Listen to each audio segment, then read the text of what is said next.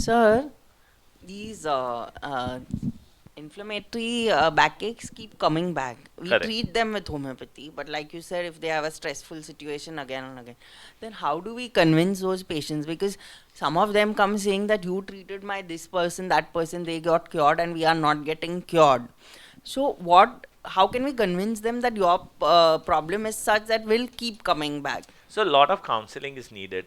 In fact, many of the times, my time of writing the prescription may be just about 1/8 compared to the amount of time I have spent in explaining them that this is something where you cannot afford not to take medicine.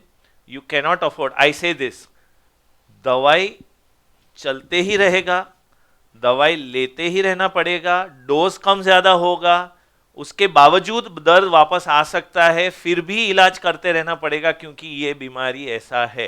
नहीं करोगे because दवाई से side effect होगा ये सोच के.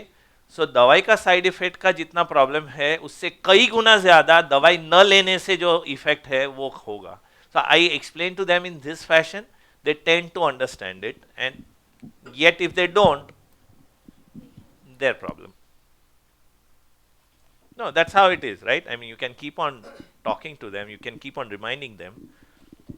Nothing. I had a guy who had a ankylosing, and we would keep on telling him, okay, you treat this.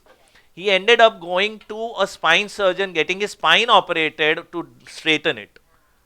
And but he would not take medicine. He would not go to the physio. He ended up doing all that, saying that I don't have money to do this. But he ended up doing a major spine surgery. He got the money for that.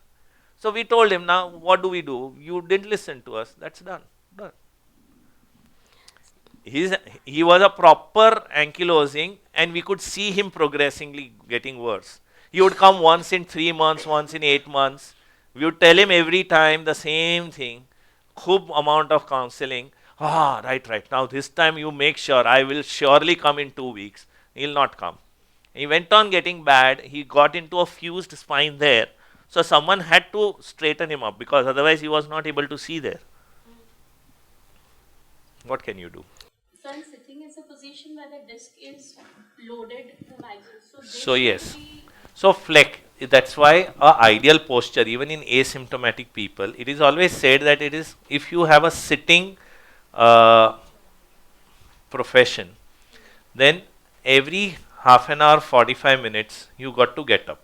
That is a standard posture protocol as a good ergonomics. In people who are symptomatic in the back, they have to do it per force. Every half an hour, 45 minutes, get up even for a moment. You don't have to go and take a chakkar, you don't have to go and lie down. You are sitting, get up for a moment. If you have time, stretch a bit and again sit. While sitting, make sure that you are supported and your lumbar curvature is regained. The lumbar lordosis has to be regained when you are sitting for long.